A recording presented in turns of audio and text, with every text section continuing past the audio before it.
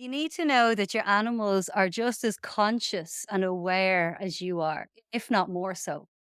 So when you are in the vets, for example, and your animal's sick and you're talking about them with the vets as if they don't understand every word you say, they do. Okay. So you could be talking about very sensitive things around animals and they're listening, but they can also read your mind as well. Mm, So they understand fundamentally what's going on within any dynamic, within any person. They're not to be dumbed down as society would, as a whole consider them to be. I actually think they're more evolved than we are, and that they actually sacrifice a lot of their own comforts and happiness and well-being by being domesticated or becoming semi-wild in their attempts to heal us.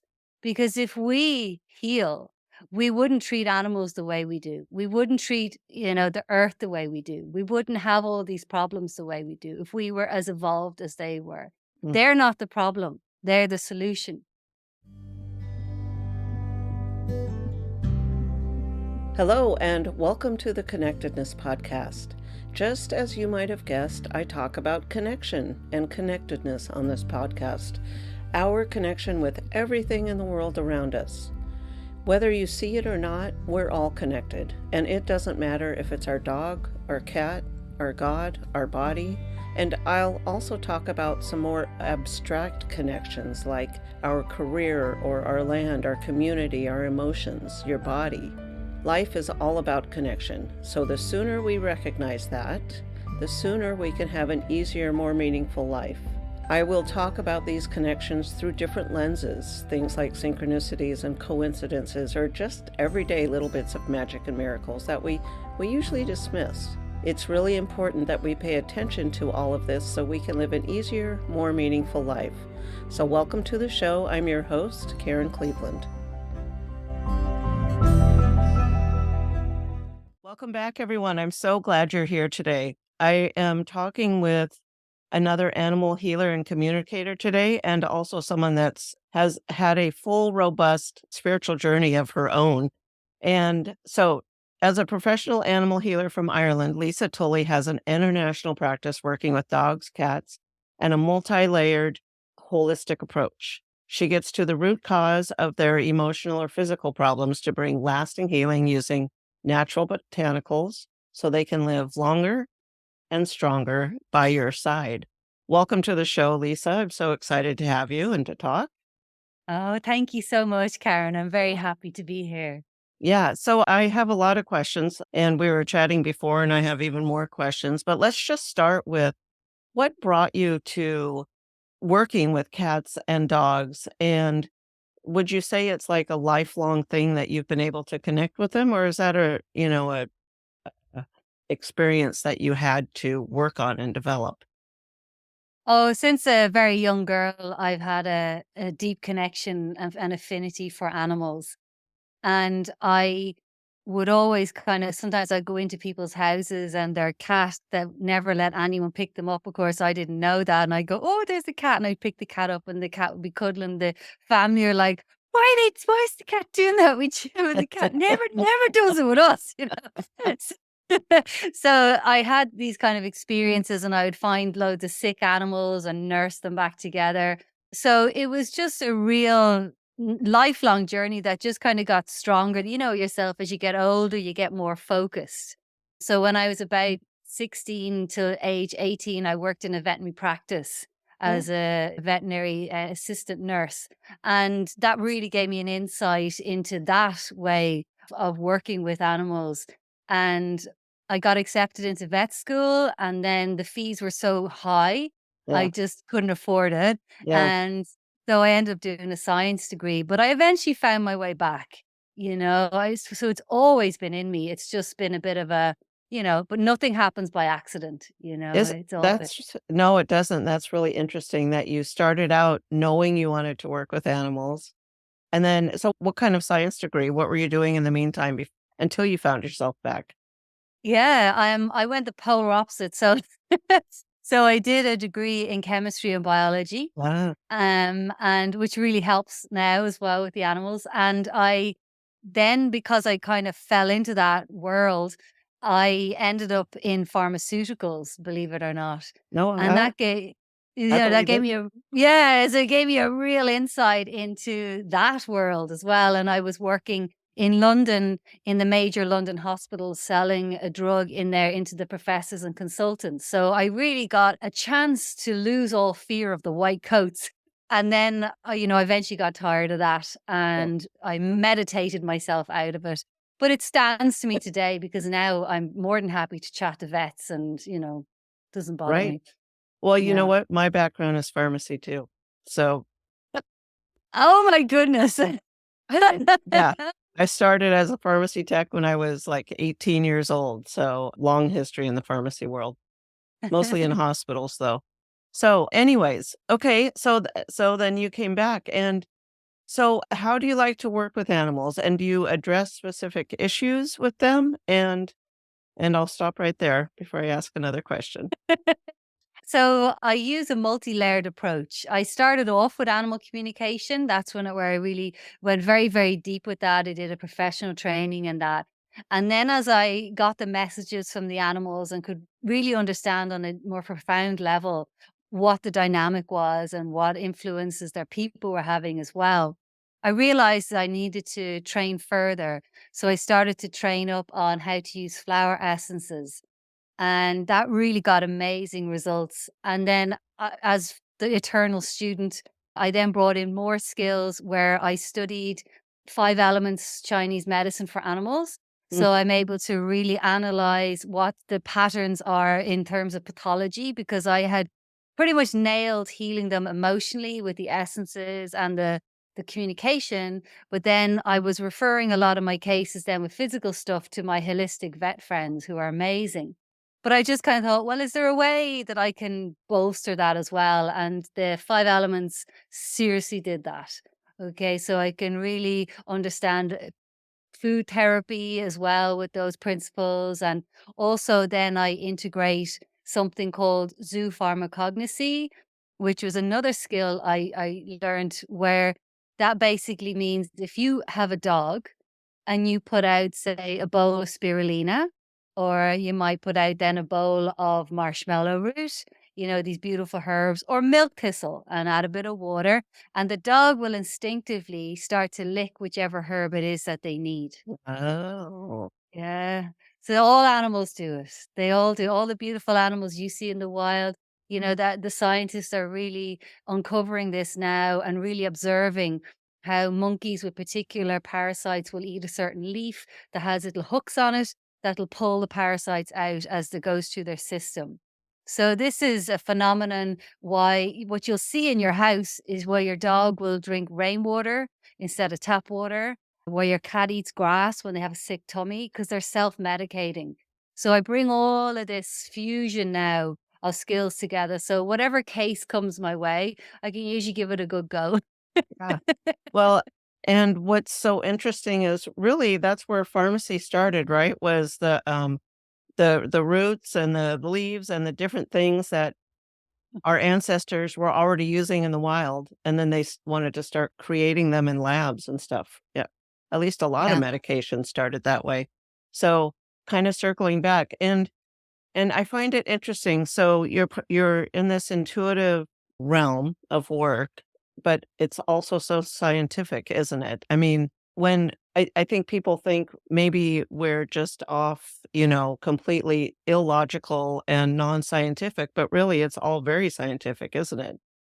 Oh my god, I love that question. It's like woo-woo versus the science, Yeah. right?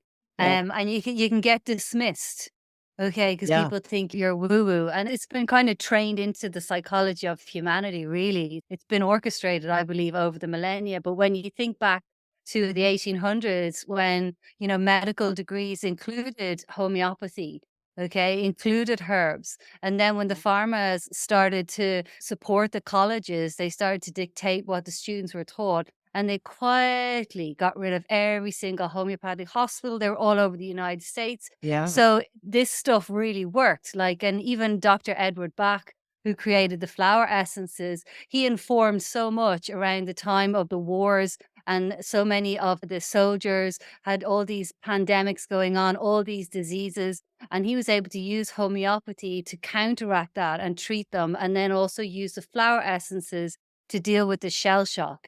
So much so that he informed the practice of medical doctors all around the United Kingdom. So to say it's woo-woo is just really a misbelief that has been Yeah. entrained within us by the powers that generate a Yeah. lot of the income from it. Yeah. It's just not true, like. Right. Right. No, I know. We have to help keep getting that word out that it's just not true. Yeah, Oh, and you work remotely with animals all over the world, right? They don't come yeah. to Dublin. Yeah, so I work through photographs, so this would be the intuitive side, okay? Because when we communicate with animals, we do it from a heart-to-heart connection, and that is not limited by space, distance, or time. So just by looking at their photograph, you can start to really feel what's going on for them. You can connect, you communicate. So they can tell me where their imbalances are. When, coming back to the science, I would bring in that ain't one of the oldest sciences in the world, which is Chinese medicine. And the animals are able to show me where the energy flow is blocked in their body through the meridians. Okay. And then they can actually show me then what botanicals they need in order to heal. So this work is really unlimited. And, you know, where I really see it come to its fore is, sometimes my clients end up in hospital. Okay. And, earlier on in my days, your clients would be in the hospital and you'd be just like, oh, can I get in? Can I go and Yeah. see them, give them a hands on healing? Yeah. Whereas now, because I could work remotely to their photo, I can transmit the healing botanicals to them energetically and start to support them in combination with obviously the emergency care that they need. Right. And, and sometimes you get results. The vets are like, I don't know how this dog is going home right now because I had written that dog off 12 hours ago. And you kind of Mm, go, well, I've been working I in know. the in the Yeah. background, you know? Yeah. And do you feel like you're limited in what you can work with? So, like anxiety or aggression and then physical conditions. Do you think that there's a way to work with everything across the board? Oh, yeah, absolutely. And the way I join the dots is I believe that every emotional imbalance, if it's left unchecked and becomes more entrenched, it fundamentally leads to a physical condition.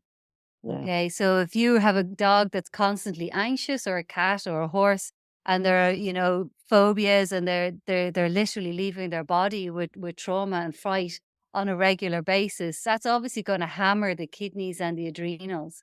So that animal is lining up for kidney issues, because the kidneys are the organs of fear and the adrenals sit right on top of them. Right. Okay, so by you healing the emotional side of it before it gets to that more entrenched place, you can start to do preventative work. But then if we have animals that are actually already in, kidney failure, or they've got issues going on, then it's about, supporting, using the Chinese medicine to support the root cause. Like, what's going on with the kidneys? Is it a yin deficiency? Is it a yang deficiency? Is it a Jing deficiency? And by identifying that, then you can start to use food therapy and the herbs and the oils to start to work that. And but also you have to focus on the reason they had the kidney issues in the first place, which Right. is the fear and the emotions. So the beauty of the botanicals is they're unlimited. Yeah. They work on everything. They're just that's what holistic is. Yeah. Holism, the whole. You mentioned Bach earlier. Do you work specifically with the Bach essences or a different kind, or does it matter? I think it doesn't matter, I think whatever essences people are affiliated with, because there's so many different ranges out there. It just so happens that the ones that I, first worked with and became more intimate with, so I knew which to reach for in which situation, was the Bach and the Australian bushflower. And then there's a few other ranges that I use here in Ireland that are made, they're homegrown ones Oh, by my witchy friends. yeah. So I'll use a medley. And I've even gone so far as I've made essences with animals.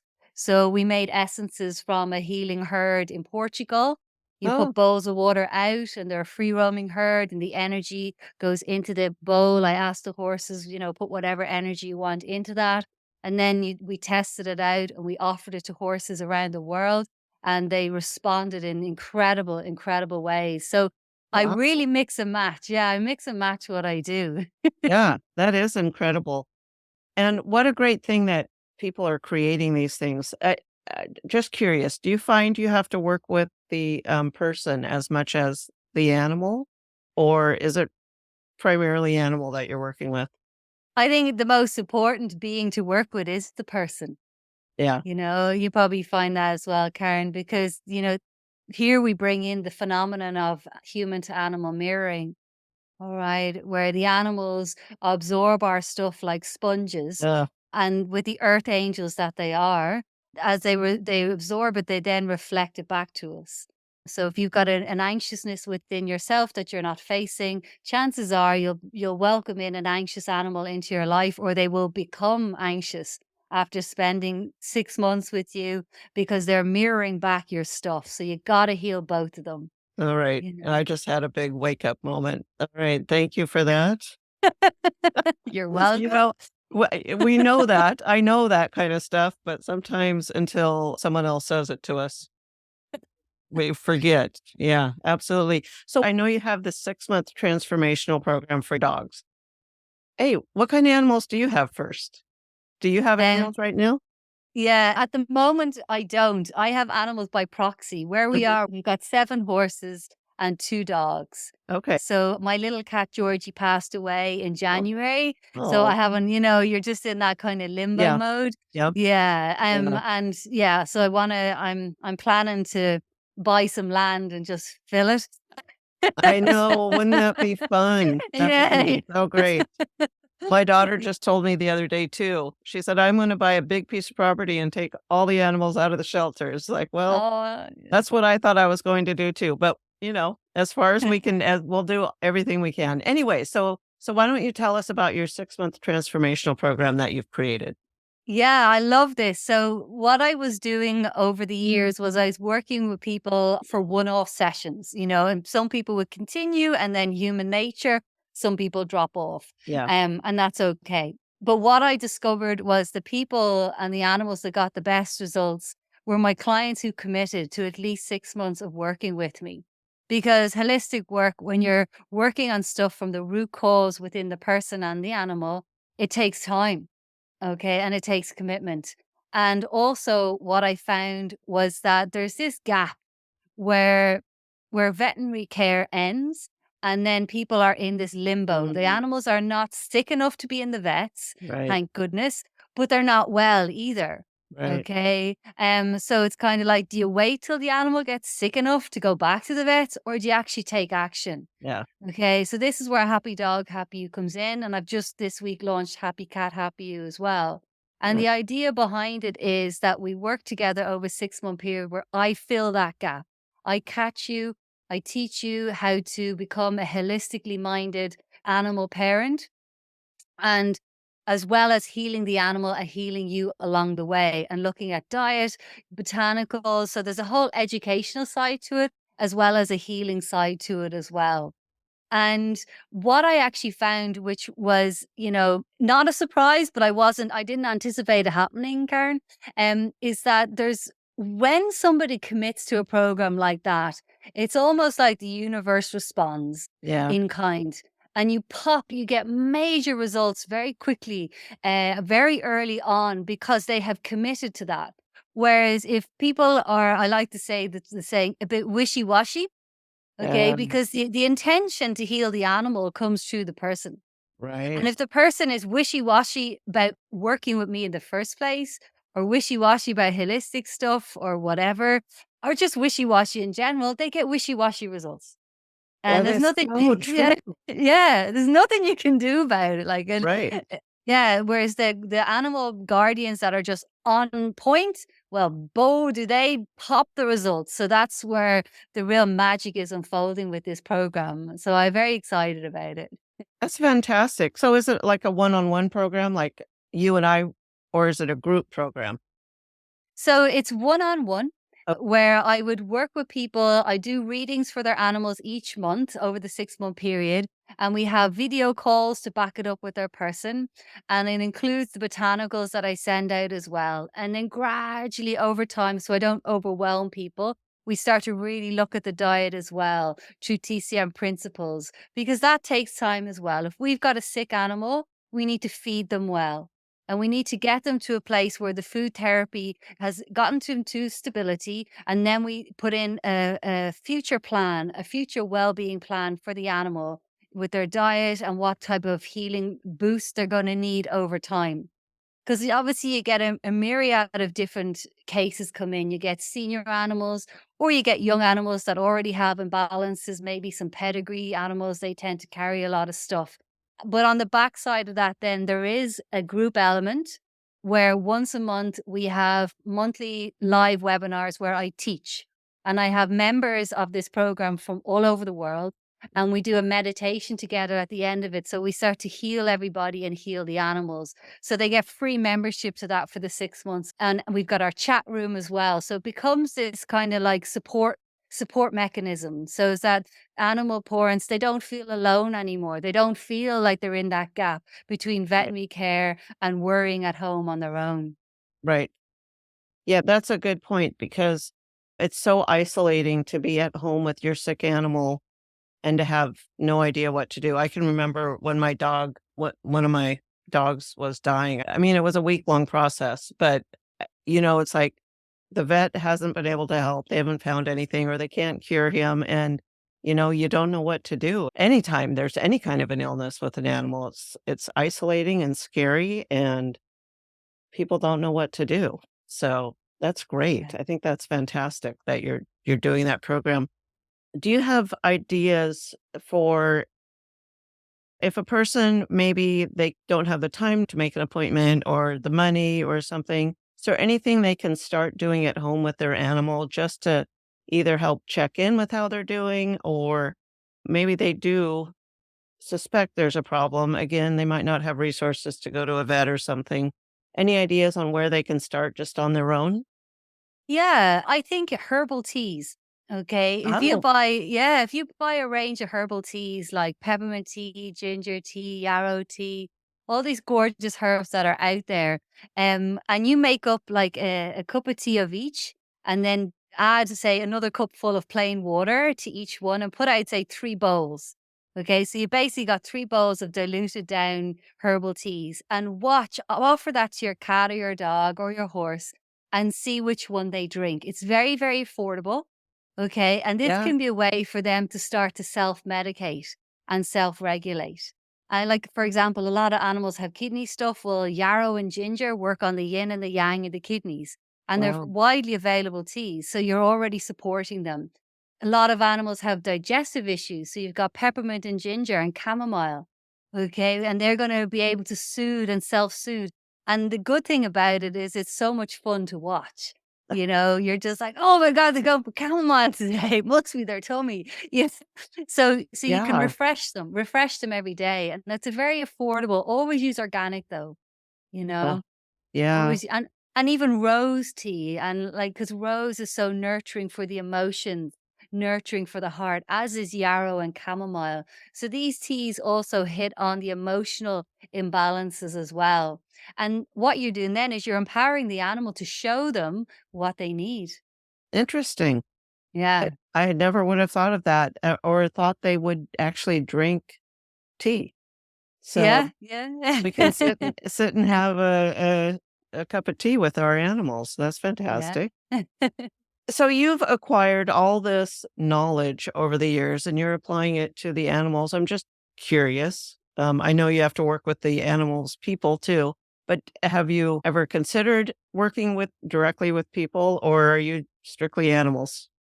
Well, from Ireland, we have a belief here that when you're born with a healing gift, whether it's humans or animals, you don't jump species because you can lose your gift. Oh, Yeah, interesting.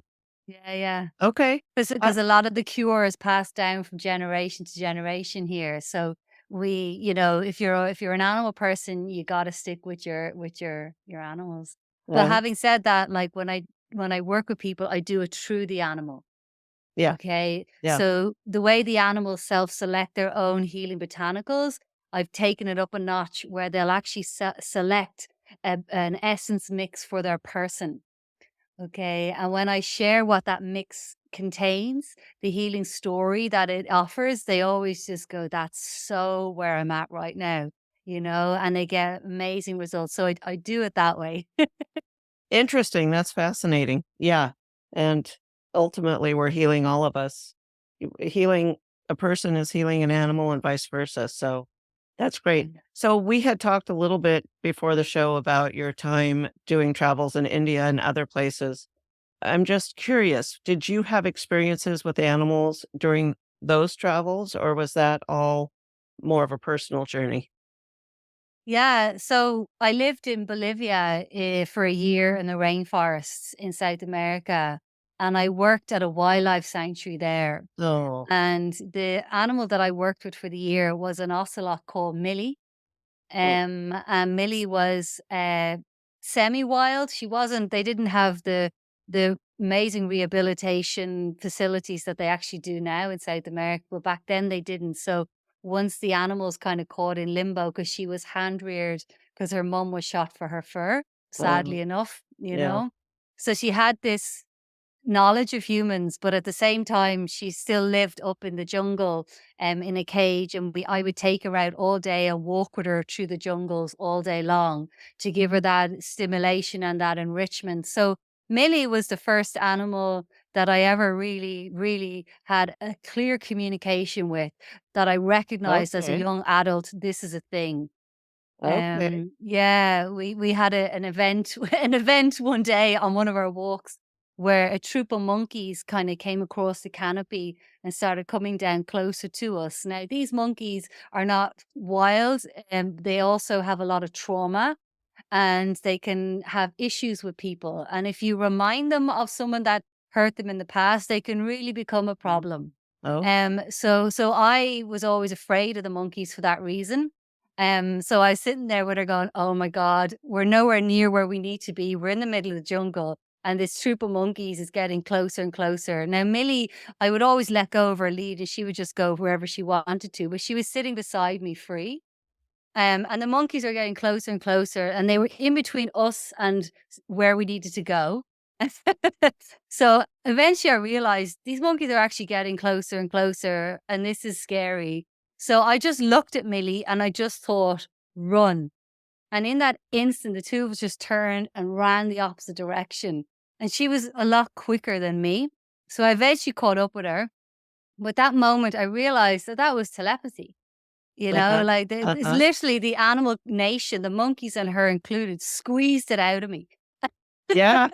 They popped it, and I just thought, "Oh my god." So that, that, as they say, is where it all began.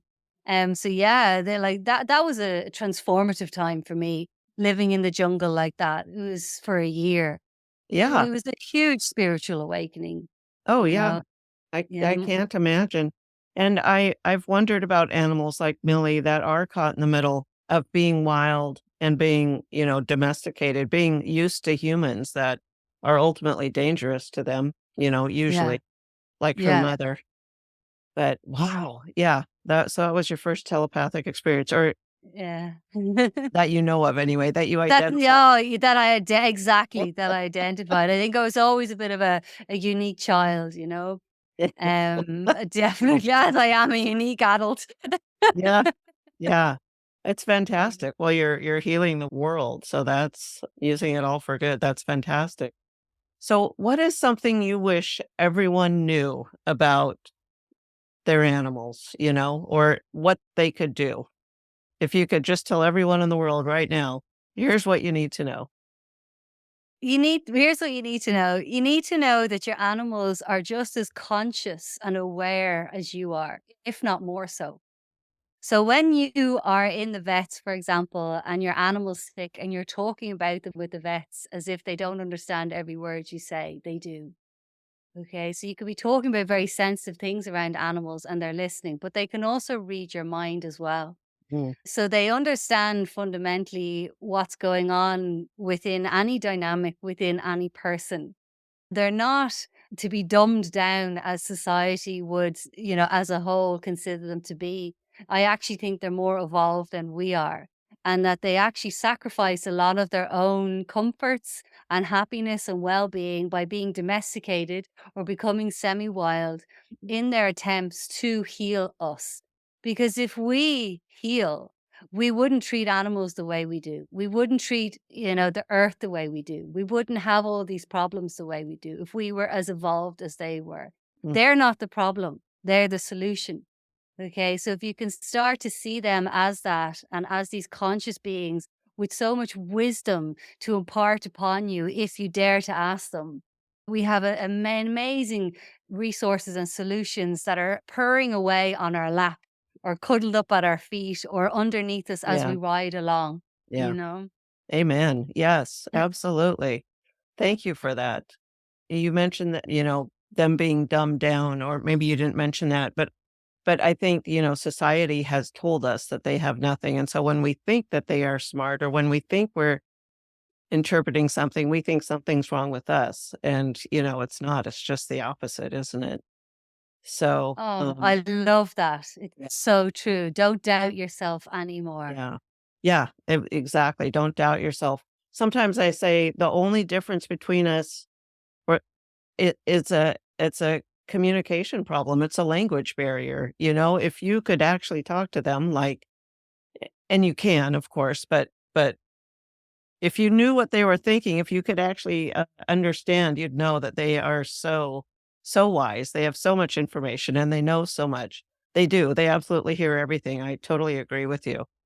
Yeah. So thank you for that. That's Yeah. great. And then is there anything you wish people would stop doing? Like maybe in the care of their animals or themselves, the world? I wish people would stop living their fears through their animals. Okay. So for me, it's like there's a lot of animals out there that are living in very restricted ways.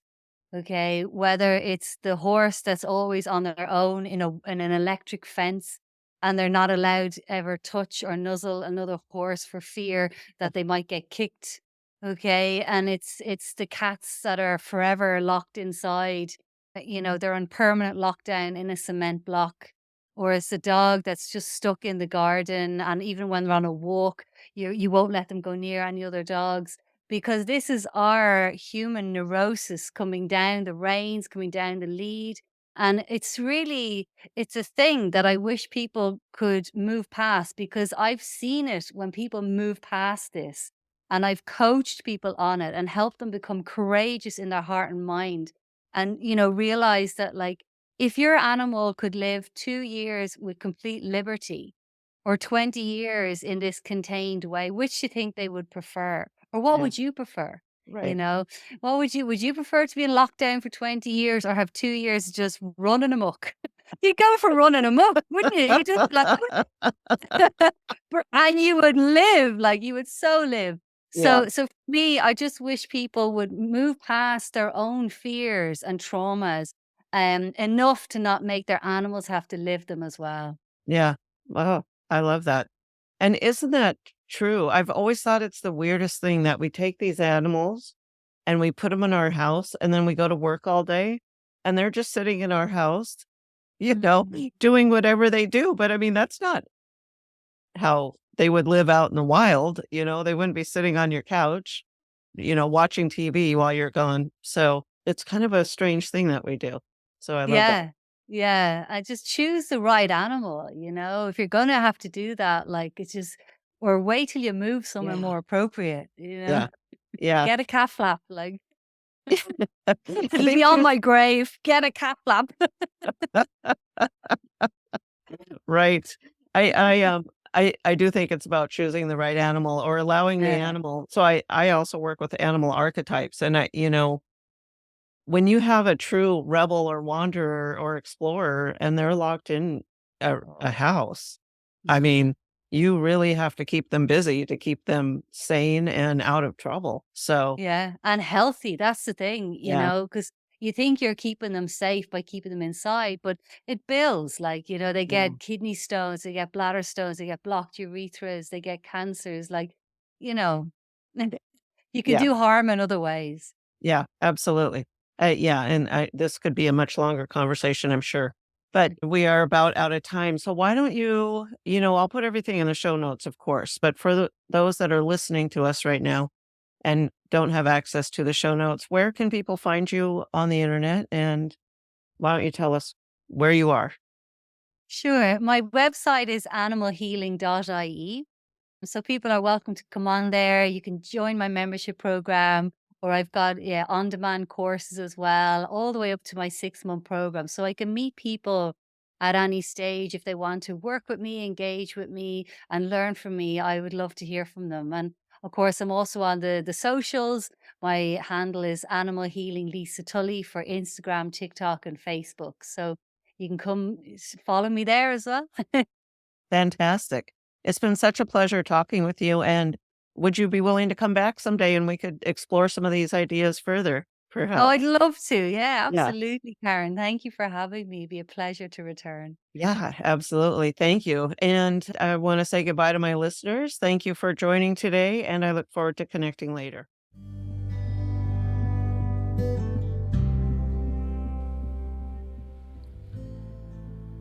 If you enjoyed the show, don't forget to head over to revkarenpodcast.com. That's REVKAREN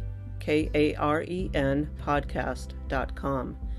There you're going to find the tools for finding more meaning and happiness in your own life. Plus, if you have a story that you want to share with me, either on or off the air, be sure to look for that form. Make sure you follow me so you get notified when new episodes drop. And also, I'd love to connect with you in my Facebook group, Connectedness with Rev Karen. So head over to revkarenpodcast.com. I hope to see you there.